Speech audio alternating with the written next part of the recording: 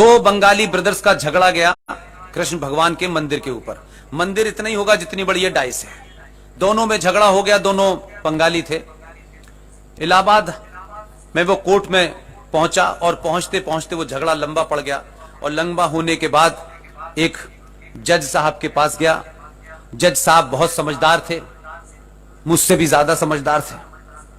उन्होंने अपना ये मुकदमा सुनवाई अपने कोर्ट में ले ली।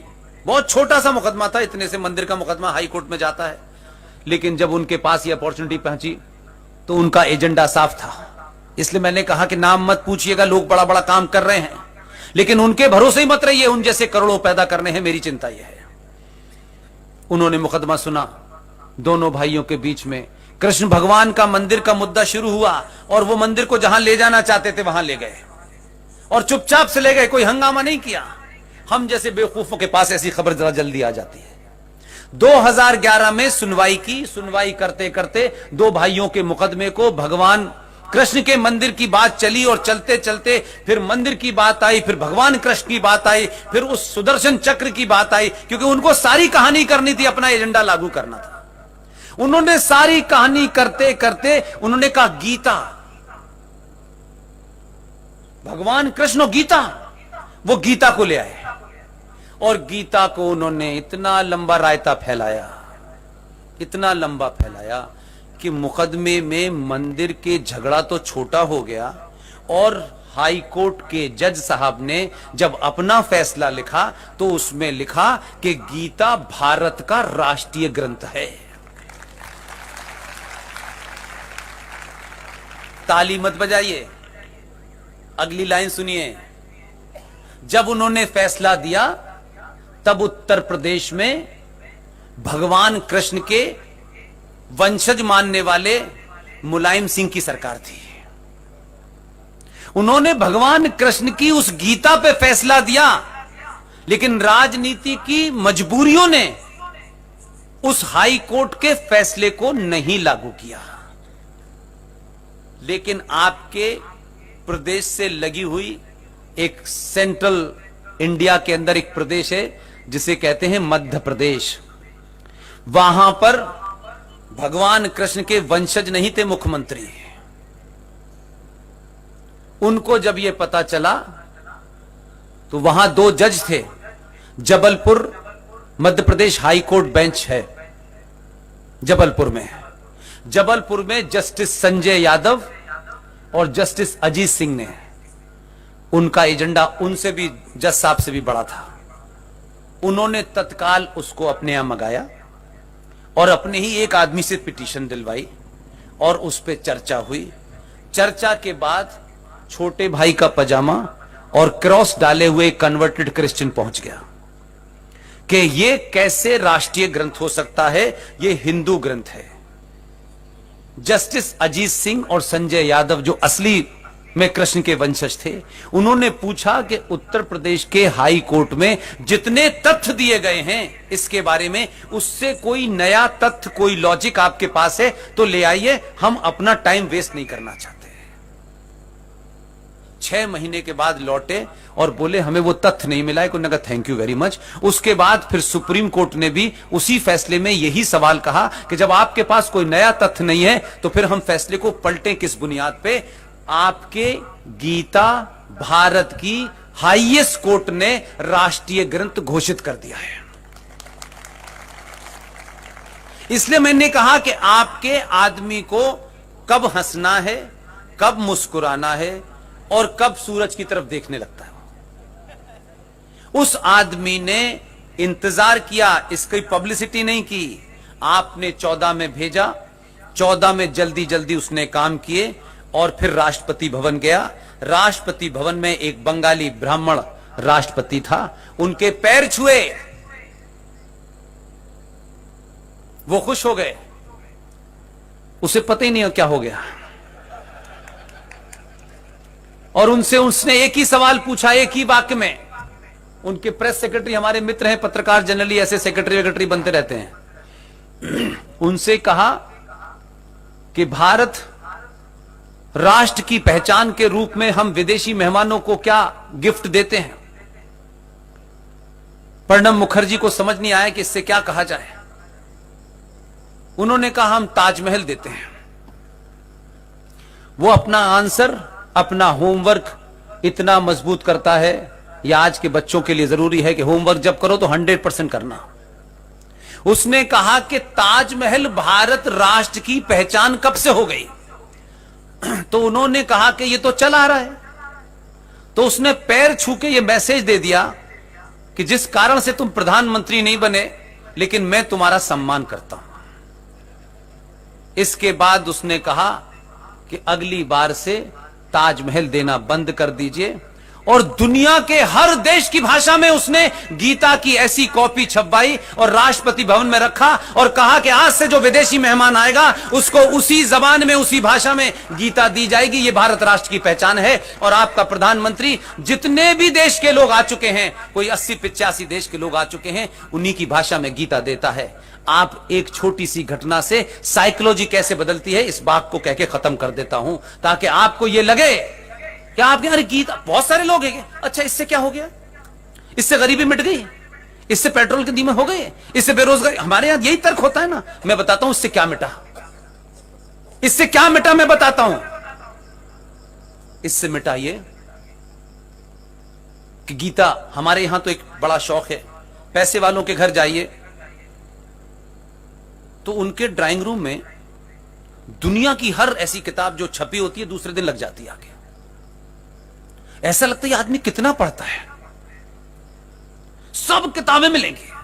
उन किताबों की हालत से लगता है कि इन्हें जिस दिन से रखा गया है निकाला नहीं गया। ये समाज को डराने के लिए रखा गया है। अरे साहब इंटेलेक्चुअल है, पढ़ते हैं। हमारी यही आदत है, हम हिंदी का इंडिया टुडे घर में पढ़ेंगे और शहर में इंग्लिश का इंडिया टुडे हाथ में लेके घूमेंगे। ये हमारी बीमारी है कि हम दिखना कुछ चाहते हैं। हमें पता नहीं हर बात पे क्यों शर्म आती है। आपके आदमी को शर्म नाम की कोई चीज ही नहीं है, उसे ये कॉम्प्लेक्स ही नहीं है। तो विदेशों में जितने मेहमान हैं वो हर चीज को पढ़ते हैं। उनके यहां ये प्रॉब्लम नहीं है कि यार ये बाइबल नहीं पढ़ेंगे, ये गीता पढ़ने से हम कहीं मुसलमान से हिंदू ना हो जाएंगे, प्रॉब्लम नहीं है। 80 से ज्यादा देशों को वो गीता दी, उनकी भाषा में दी ताकि आसानी से पढ़ लें, कि रोज थोड़ी ट्रांसलेशन के लिए पुदनी आएंगे। उसने दे दी, वो पढ़ने लगे, समझ में आ गई। एक घटना से बताता हूं, एक घटना से, और ये आपने सबने देखी है इसलिए बताता हूं। मैं कोई छुपी हुई बात नहीं बताता आपको। आपने, आपके देश पे पाकिस्तान ने कोई आतंकी हमला किया, उस हमले का जवाब देने के लिए आपकी सेनाओं ने पलटवार किया। उस पलटवार में भारत का एक सैनिक पाकिस्तान की धरती पर पकड़ लिया और टॉर्चर करने की कोशिश की। 2 घंटे के बाद अंकल सैम का मैसेज आया, गलती मत करना। यह मैं शब्दों का इस्तेमाल अपनी बात को कहने के लिए आप में एक सम्मान का भाव पैदा करने के लिए कर रहा हूं। यह ऐसा नहीं हुआ होगा, लेकिन इसके पीछे का तर्क यह है। अंकल सैम ने कहा उसे छोड़ दो, क्योंकि अंकल सैम को पता था कि यह गीता बांटते ही नहीं, गीता पढ़ता भी है। अंकल सैम जानते थे कि गीता ऐसे नहीं बांट रहा है, ये गीता में जो लिखा है ये कर भी देगा। और अंकल सैम ने ही ये इंफॉर्मेशन दी, आपके प्रधानमंत्री नहीं दी। हमें बड़ी कुंठा होती है कोई हमारे यहां कोई बात कह दे। अंकल सैम ने कहा कि जो इनकी अग्नि मिसाइल है ना वो ऑन है, शाम के 9 बजे तक दे देना, नहीं अग्नि अंदर आ जाएगी। तो उनकी पार्लियामेंट में खड़े होकर के, उनकी पार्लियामेंट में खड़े होकर के एक नेता यह कह रहा था कि पाकिस्तान के राष्ट्रपति और विदेश मंत्री के पैर कपकपा रहे थे। कोई आरएसएस का, विश्व हिंदू परिषद का आदमी नहीं कह रहा था। पाकिस्तान की नेशनल असेंबली में एक मंत्री खड़े होकर कह रहा था कि भाई इनके पैर कपकपा रहे थे। और फॉरेन मिनिस्टर ये कहता, खुदा के वास्ते, अपने अपोजिशन से कह रहा था, खुदा के वास्ते आप मान जाइए, 9 बजे तक उसे छोड़ दीजिए। 9 बजे तक नहीं अगर गया तो तबाह हो जाएंगे हम लोग। वो ये नहीं बता रहा था, अंकल सैम ने बताया है, ये गीता का जानने वाला है, अग्नि छोड़ेगा तो इस्लामाबाद का पता नहीं चलेगा। 9 बजे से पहले अभिनंदन को छोड़ने के लिए, और वो समझदार लोग थे, इतनी तमीज से समझाया, क्योंकि उनके यहां पागल ज्यादा हैं। उनको लगता है कि अल्लाह को जिहाद दिखाना है। वो ये जानते थे कि साला किसी मर्द को अगर इसके साथ भेजा तो वो पागल हो सकता है कि बॉर्डर पे जाके से मार दे। इसलिए एक निहत्ती खूबसूरत महिला को उसके साथ भेजा कि तुम इसे बॉर्डर तक छोड़ाओ। वो महिला उसे बॉर्डर तक छोड़ने आई। तो गीता बंटने से दुनिया ने गीता पढ़ी तो आपके प्रति रवैया बदल गया। इसलिए जब 370 हटी तो वो पूरी हिंदुस्तान दुनिया में कांव कांव चिल्ला रहा था, 370 हट गई, 370। एक देश नहीं बोला, और 57 देशों में से जिनके पास ये भिखारी गया कि 370 हट गई, बोले हट गई ना, चुपचाप रहो, काम करो। इसलिए आप अपनी सामूहिक शक्ति को समझिए, राष्ट्र के प्रति वफादार होइए, किसी संगठन किसी पार्टी के मत होइए। पार्टियां बनती हैं, बिगड़ती हैं, टूटती हैं, संगठन टूटते रहते हैं, राष्ट्र नहीं टूटना चाहिए। आप सबका बहुत बहुत धन्यवाद। Thank you very much. 2 Bengali brothers का झगड़ा गया कृष्ण भगवान के मंदिर के ऊपर। मंदिर इतना ही होगा जितनी बड़ी ये डाइस है। दोनों में झगड़ा हो गया, दोनों बंगाली थे। इलाहाबाद में वो कोर्ट में पहुंचा, और पहुंचते पहुंचते वो झगड़ा लंबा पड़ गया, और लंबा होने के बाद एक जज साहब के पास गया। जज साहब बहुत समझदार थे, मुझसे भी ज्यादा समझदार थे। उन्होंने अपना ये मुकदमा सुनवाई अपने कोर्ट में ले ली। बहुत छोटा सा मुकदमा था, इतने से मंदिर का मुकदमा हाई कोर्ट में जाता है। लेकिन जब उनके पास ये अपॉर्चुनिटी पहुंची तो उनका एजेंडा साफ था। इसलिए मैंने कहा कि नाम मत पूछिएगा, लोग बड़ा बड़ा काम कर रहे हैं, लेकिन उनके भरोसे ही मत रहिए, उन जैसे करोड़ों पैदा करने हैं, मेरी चिंता यह है। उन्होंने मुकदमा सुना। दोनों भाइयों के बीच में कृष्ण भगवान का मंदिर का मुद्दा शुरू हुआ, और वो मंदिर को जहां ले जाना चाहते थे वहां ले गए, और चुपचाप से ले गए, कोई हंगामा नहीं किया। हम जैसे बेवकूफों के पास ऐसी खबर जरा जल्दी आ जाती है। 2011 में सुनवाई की। सुनवाई करते करते 2 भाइयों के मुकदमे को भगवान कृष्ण के मंदिर की बात चली, और चलते चलते फिर मंदिर की बात आई, फिर भगवान कृष्ण की बात आई, फिर उस सुदर्शन चक्र की बात आई, क्योंकि उनको सारी कहानी करनी थी, अपना एजेंडा लागू करना था। उन्होंने सारी कहानी करते करते उन्होंने कहा गीता, भगवान कृष्ण गीता, वो गीता को ले आए, और गीता को उन्होंने इतना लंबा रायता फैलाया, इतना लंबा फैलाया कि मुकदमे में मंदिर के झगड़ा तो छोटा हो गया, और हाई कोर्ट के जज साहब ने जब अपना फैसला लिखा तो उसमें लिखा कि गीता भारत का राष्ट्रीय ग्रंथ है। ताली मत बजाइए, अगली लाइन सुनिए। जब उन्होंने फैसला दिया तब उत्तर प्रदेश में भगवान कृष्ण के वंशज मानने वाले मुलायम सिंह की सरकार थी। उन्होंने भगवान कृष्ण की उस गीता पे फैसला दिया, लेकिन राजनीति की मजबूरियों ने उस हाई कोर्ट के फैसले को नहीं लागू किया। लेकिन आपके प्रदेश से लगी हुई एक सेंट्रल इंडिया के अंदर एक प्रदेश है जिसे कहते हैं मध्य प्रदेश, वहां पर भगवान कृष्ण के वंशज नहीं थे मुख्यमंत्री। उनको जब यह पता चला तो वहां 2 जज थे। Jabalpur Madhya Pradesh high court bench है जबलपुर में। जबलपुर में जस्टिस संजय यादव और जस्टिस अजीत सिंह ने, उनका एजेंडा उनसे भी, जज साहब से भी बड़ा था। उन्होंने तत्काल उसको अपने यहां मंगाया और अपने ही एक आदमी से पिटीशन दिलवाई, और उस पर चर्चा हुई। चर्चा के बाद छोटे भाई का पजामा और क्रॉस डाले हुए कन्वर्टेड क्रिश्चियन पहुंच गया कि ये कैसे राष्ट्रीय ग्रंथ हो सकता है, ये हिंदू ग्रंथ है। जस्टिस अजीत सिंह और संजय यादव जो असली में कृष्ण के वंशज थे। उन्होंने पूछा कि उत्तर प्रदेश के हाई कोर्ट में जितने तथ्य दिए गए हैं इसके बारे में, उससे कोई नया तथ्य, कोई लॉजिक आपके पास है तो ले आइए, हम अपना टाइम वेस्ट नहीं करना चाहते। 6 महीने के बाद लौटे और बोले हमें वो तथ्य नहीं मिला है। उन्होंने कहा थैंक यू वेरी मच। उसके बाद फिर सुप्रीम कोर्ट ने भी उसी फैसले में यही सवाल कहा कि जब आपके पास कोई नया तथ्य नहीं है तो फिर हम फैसले को पलटें किस बुनियाद पे। आपके गीता भारत की हाईएस्ट कोर्ट ने राष्ट्रीय ग्रंथ घोषित कर दिया है। इसलिए मैंने कहा कि आपके आदमी को कब हंसना है, कब मुस्कुराना है और कब सूरज की तरफ देखने लगता है। उस आदमी ने इंतजार किया, इसकी पब्लिसिटी नहीं की। आपने 14 में भेजा, 14 में जल्दी जल्दी उसने काम किए और फिर राष्ट्रपति भवन गया। राष्ट्रपति भवन में एक बंगाली ब्राह्मण राष्ट्रपति था, उनके पैर छुए, वो खुश हो गए। उसे पता ही नहीं क्या हो गया। और उनसे उसने एक ही सवाल पूछा, एक ही वाक्य में। उनके प्रेस सेक्रेटरी हमारे मित्र हैं, पत्रकार जनरली ऐसे सेक्रेटरी बनते रहते हैं। उनसे कहा कि भारत राष्ट्र की पहचान के रूप में हम विदेशी मेहमानों को क्या गिफ्ट देते हैं। प्रणब मुखर्जी को समझ नहीं आया कि इससे क्या कहा जाए। उन्होंने कहा हम ताजमहल देते हैं। वो अपना आंसर, अपना होमवर्क इतना मजबूत करता है। यह आज के बच्चों के लिए जरूरी है कि होमवर्क जब करो तो 100% करना।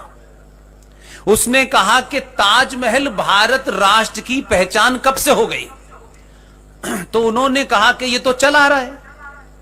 तो उसने पैर छू के ये मैसेज दे दिया कि जिस कारण से तुम प्रधानमंत्री नहीं बने, लेकिन मैं तुम्हारा सम्मान करता हूं।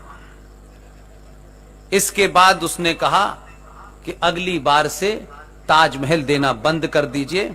और दुनिया के हर देश की भाषा में उसने गीता की ऐसी कॉपी छपवाई और राष्ट्रपति भवन में रखा और कहा कि आज से जो विदेशी मेहमान आएगा उसको उसी जबान में, उसी भाषा में गीता दी जाएगी। ये भारत राष्ट्र की पहचान है। और आपका प्रधानमंत्री जितने भी देश के लोग आ चुके हैं, कोई 80-85 देश के लोग आ चुके हैं, उन्हीं की भाषा में गीता देता है।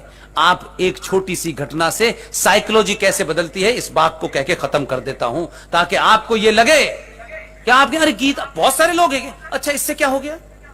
इससे गरीबी मिट गई, इससे पेट्रोल के कीमत हो गए, इससे बेरोजगारी। हमारे यहां यही तर्क होता है ना। मैं बताता हूं इससे क्या मिटा, इससे क्या मिटा मैं बताता हूं। इससे मिटा ये कि गीता, हमारे यहां तो एक बड़ा शौक है, पैसे वालों के घर जाइए तो उनके ड्राइंग रूम में दुनिया की हर ऐसी किताब जो छपी होती है दूसरे दिन लग जाती है आगे। ऐसा लगता है आदमी कितना पढ़ता है। सब किताबें मिलेंगी। उन किताबों की हालत से लगता है कि इन्हें जिस दिन से रखा गया है निकाला नहीं गया। यह समाज को डराने के लिए रखा गया है। अरे साहब इंटेलेक्चुअल है, पढ़ते हैं। हमारी यही आदत है, हम हिंदी का इंडिया टुडे घर में पढ़ेंगे और शहर में इंग्लिश का इंडिया टुडे हाथ में लेके घूमेंगे। यह हमारी बीमारी है कि हम दिखना कुछ चाहते हैं। हमें पता नहीं हर बात पे क्यों शर्म आती है। आपके आदमी को शर्म नाम की कोई चीज ही नहीं है, उसे ये कॉम्प्लेक्स ही नहीं है। तो विदेशों में जितने मेहमान हैं वो हर चीज को पढ़ते हैं। उनके यहां ये प्रॉब्लम नहीं है कि यार ये बाइबल नहीं पढ़ेंगे, ये गीता पढ़ने से हम कहीं मुसलमान से हिंदू ना हो जाएंगे। प्रॉब्लम नहीं है। 80 से ज्यादा देशों को वो गीता दी, उनकी भाषा में दी ताकि आसानी से पढ़ लें, कि रोज थोड़ी ट्रांसलेशन के लिए पुदनी आएंगे। उसने दे दी, वो पढ़ने लगे, समझ में आ गई। एक घटना से बताता हूं, एक घटना से, और ये आपने सबने देखी है इसलिए बताता हूं। मैं कोई छुपी हुई बात नहीं बताता आपको। आपने आपके देश पे पाकिस्तान ने कोई आतंकी हमला किया, उस हमले का जवाब देने के लिए आपकी सेनाओं ने पलटवार किया। उस पलटवार में भारत का एक सैनिक पाकिस्तान की धरती पर पकड़ लिया और टॉर्चर करने की कोशिश की।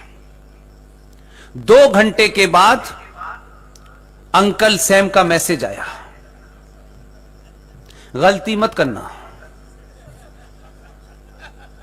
ये मैं शब्दों का इस्तेमाल अपनी बात को कहने के लिए आप में एक सम्मान का भाव पैदा करने के लिए कर रहा हूं। ये ऐसा नहीं हुआ होगा, लेकिन इसके पीछे का तर्क यह है, अंकल सैम ने कहा उसे छोड़ दो, क्योंकि अंकल सैम को पता था कि ये गीता बांटते ही नहीं है, गीता पढ़ता भी है।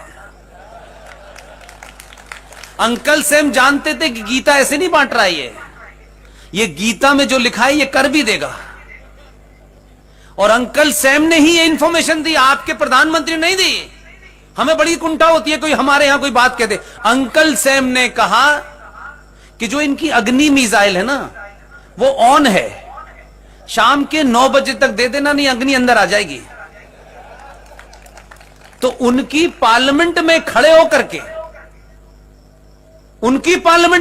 होकर के एक नेता यह कह रहा था कि पाकिस्तान के राष्ट्रपति और विदेश मंत्री के पैर कपकपा रहे थे। कोई आरएसएस का, विश्व हिंदू परिषद का आदमी नहीं कह रहा था। पाकिस्तान की नेशनल असेंबली में एक मंत्री खड़े होकर कह रहा था कि भाई इनके पैर कपकपा रहे थे। और फॉरेन मिनिस्टर ये कहता, खुदा के वास्ते, अपने अपोजिशन से कह रहा था, खुदा के वास्ते आप मान जाइए, 9 बजे तक उसे छोड़ दीजिए। 9 बजे तक नहीं अगर गया तो तबाह हो जाएंगे हम लोग। वो ये नहीं बता रहा था, अंकल सैम ने बताया है, ये गीता का जानने वाला है, अग्नि छोड़ेगा तो इस्लामाबाद का पता नहीं चलेगा। 9 बजे से पहले अभिनंदन को छोड़ने के लिए, और वो समझदार लोग थे, इतनी तमीज से समझाया, क्योंकि उनके यहां पागल ज्यादा हैं। उनको लगता है कि अल्लाह को जिहाद दिखाना है। वो ये जानते थे कि साला किसी मर्द को अगर इसके साथ भेजा तो वो पागल हो सकता है कि बॉर्डर पर जाके से मार दे।